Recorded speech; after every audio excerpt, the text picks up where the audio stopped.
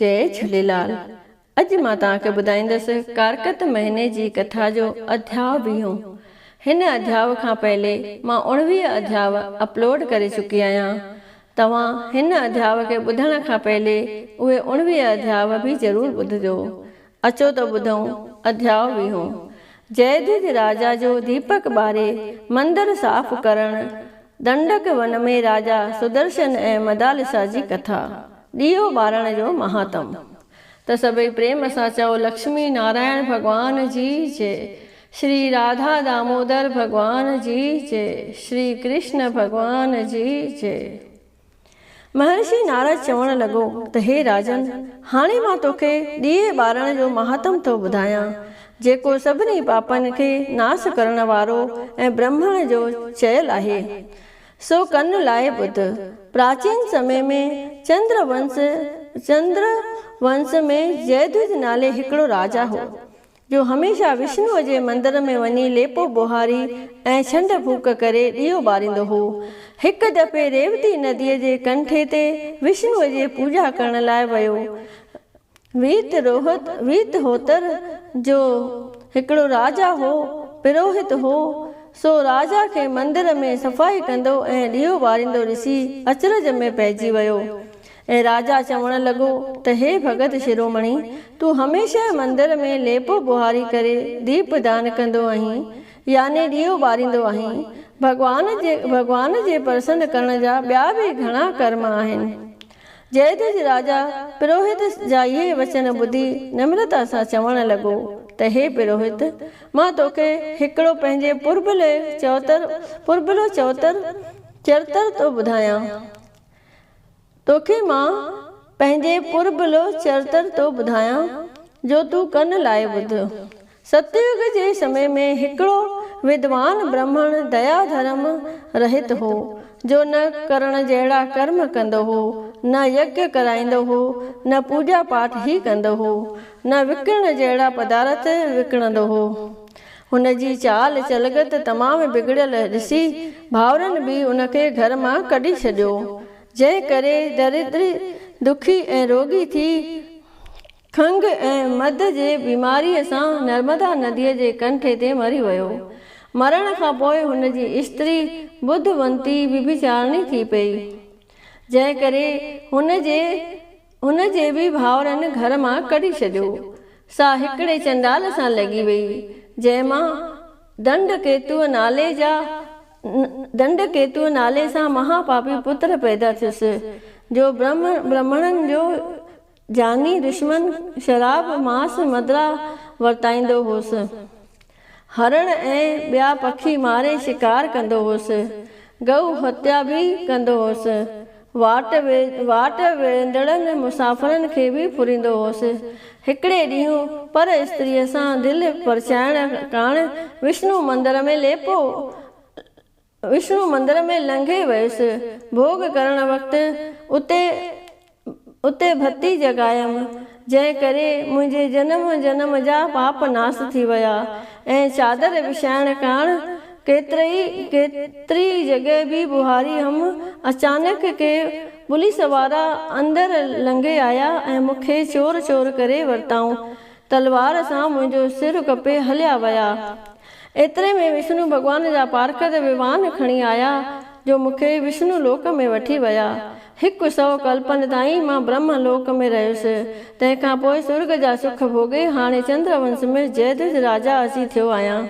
मां त पर स्त्रीअ सां भोग करण जे इच्छा सां विष्णु मंदिर में ॾीओ ॿारे धरती साफ़ कई हुई, जंहिं करे मूंखे हीअ राजाई मिली आहे। जेके सच्चे नियम सां भॻवान जी भॻति करे ठाकुर जी पूॼा करे उन जे मंदिर में जोत जॻाईंदा हूंदा ऐं लेपो बुहारी करे सफ़ाई कंदा हूंदा, तंहिंखे त अखुट फल मिलंदो हूंदो। अहिड़ो वॾभागी वरी जनम मरण जे चक्र में न ईंदो। जयद्रथ राजा जी इहा अमोलक कथा ॿुधी वीत होतर ॾाढो प्रसन्न थियो। उन्हीअ ॾींहं खां वठी विष्णु मंदिर में ॾीओ ॿारे लेपो बुहारी पाए प्रेम सां पूॼा करण लॻो। सूत श्री महाराज सौनक आदि ऋषीश्वरनि खे चवण लॻो त कविता नाहे थिर जोबन जवानी माल धन संसार में, हर को हलियो वेंदो हितां गर्क थींदा गार में। धर्म कर शुभ कर्म कर जेसी दमन में दम अची, दुख न हेमा को बि ॾिसंदे मोह माया जार में। जॾहिं किरोड़नि जन्मनि जा पुण्य अची इकट्ठा थींदा आहिनि तॾहिं हीअ मनुष्य देही मिलंदी आहे। उन्हीअ में बि विष्णुअ जी भॻति कंहिं वॾे भाॻीअ खे प्राप्त थींदी आहे। नारद चवणु लॻो त हे राजन, जेको ॿियो जो ॿारियल ॾीओ सुजाॻ कंदो आहे उन्हीअ ते बि भॻवानु ॾाढो प्रसन्न थींदो आहे, उन्हीअ खे पंहिंजी उत्तम गति ॾींदो आहे। उन्हीअ बाबति हे राजा प्रथु मां तोखे हिकिड़ी कथा थो ॿुधायां। राजा रेवत खे बद्री बलीअ नाले हिकिड़ो पुटु हो जो वेद विद्या में 16 कला संपूर्ण हो। तंहिंखे वरी सुदर्शन नाले हिकिड़ो पुटु पैदा थियो जो नर्मदा नदीअ जे किनारे ते महलात जोड़ाए उते घणा ऐश मज़ा वठणु लॻो। हिकिड़े ॾींहुं सुदर्शन पंज हथियारी पंहिंजे शिकार करण लाइ हिकिड़े वन ॾांहुं हलियो वियो। वाट ते घणेई मिर्ग मारियईं, सेना समेत घणो परे निकिरी वियो। राति जो मिर्ग मारे उन्हनि जो मांस खाई सॼी राति गुज़ारियऊं। सुबुह जो नंदीअ जे पार हिकिड़ीअ महासोभनिक स्त्रीअ ते नज़र पयसि। उहा नाजनीनी बि राजकुमार जे नज़रनि में नज़रा लड़ाइण लॻी। उहा रूपवती हिकिड़े गोंड राजा जी कन्या मदालिसा नाले हुई। सा साहेड़ियुनि सां जंगल जो सैर करे रही हुई। दिलि राजकुमार ॾांहुं अटकियल हुयसि। सुदर्शन पंहिंजे सेना खे उते छॾे घोड़े ते चढ़ी अकेले उन भरी हलियो वियो ऐं हिकिड़े वण जे ओट में लिकी उन नाजनीनी खां सारो समाचार पुछो। मनोहर नेत्रनि वारी पंहिंजे कुल ऐं पिता जो नालो ऐं ॿियो बि सभु हाल ॿुधायईंसि। हुन वक़्तु हिक ॿिए ते मोहित थी ॿिन्ही गंधर्व विवाह कयो। पोइ नर्मदा नदीअ जो सैर कंदा ॿई घर अची पहुता। हिक ॿिए में ख़ूब ऐश आराम करण लॻा। राजा भरत ॿुधी पंहिंजे पुट सुदर्शन खे राज ॾेई पाण वञी वन में तपस्या करण लॻो। राणी मदालसा पंहिंजे पतीअ सुदर्शन खे विष्णु भॻवान जी पूॼा सेखारण लॻी। विष्णुअ जो सोने जो मंदिर जोड़ाए ठाकुर जी मूर्ति थापे उनखे मणिया मुटक पाए मूर्तिअ जो प्रेम सां पूॼन करण लॻी। हिक दफ़े कारकत जो महापौतर महीनो हो। विष्णुअ जे मंदिर में राणी ॾीओ ॿारे रही हुई। तॾहिं सुदर्शन उनखे ॿाहिरां सॾु कयो। उहो सॾु ॿुधी बि मदालिसा पूॼा पूरी करण खां अॻु ॿाहिरि न आई। जॾहिं कुझु वक़्त खां पोइ ॿाहिरि निकिती तॾहिं सुदर्शन चयुसि त हे प्यारी, तूं जो चवंदी आहीं त स्त्रीअ जो गुरु पति ई आहे, पोइ तूं पूॼा करण ऐं ॾीए ॿारण में एतिरी देरि छो लाथी? राणी खिली चवणु लॻसि त हे स्वामी, हिन कारकत जे महापौतर महीने में मुंहिंजो घणो विश्वास आहे ऐं मूंखे आजमुदो बि थियल आहे, जंहिं करे मां एतिरो हठ कयो आहे। चङो कर्म करण ते तव्हांखे नाराज़ थियणु न खपे। राणीअ जा अहिड़ा उपदेश ॿुधी सुदर्शन चवणु लॻुसि त हे प्यारी, तो जेको आजमुदो ॾिठो आहे सो मूंखे बि ॿुधाए।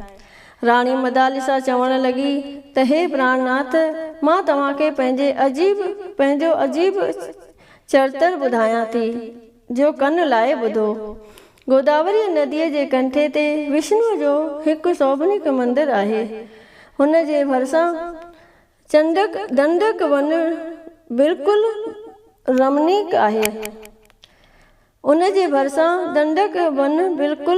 रमणीक आहे। मां उते अनाज जे दाणनि खाइण वारी कोई अची थियसि। हिकिड़े महात्मा कारकत जे महीने में इन्हीअ वन में देव आस्थान में ॾीओ अची ॿारियो, जो सॼो महीनो सांधे ॿरंदो रहियो।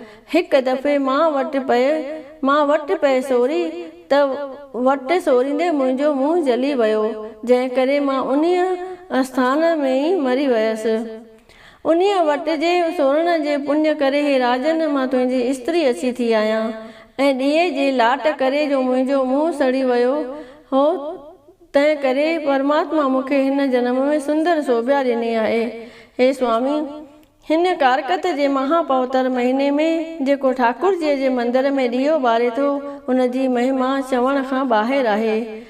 महर्षि नारद चवण लॻो त हे राजा पृथु, कारकत महीने में ठाकुर जी जे पूजा करण करे ऐं मंदिर में ॾीओ ॿारण करे राजा सुदर्शन ऐं राणी मदालिसा संसार सागर मां तरी विया ऐं विमाननि ते चढ़ी विष्णु लोक में वञी प्राप्त थिया। पद्म पुराण मां कारकत महात्म जयद्रथ राजा जो दीपक ॿारे मंदिर साफ़ करण राजा सुदर्शन ऐं मदालिसा जे मुक्तिअ नाले 20 अध्याय संपूर्ण थियो। सभई चओ लक्ष्मी नारायण भगवान जी जय। श्री राधा दामोदर भगवान जी जय। श्री कृष्ण भगवान जी जय।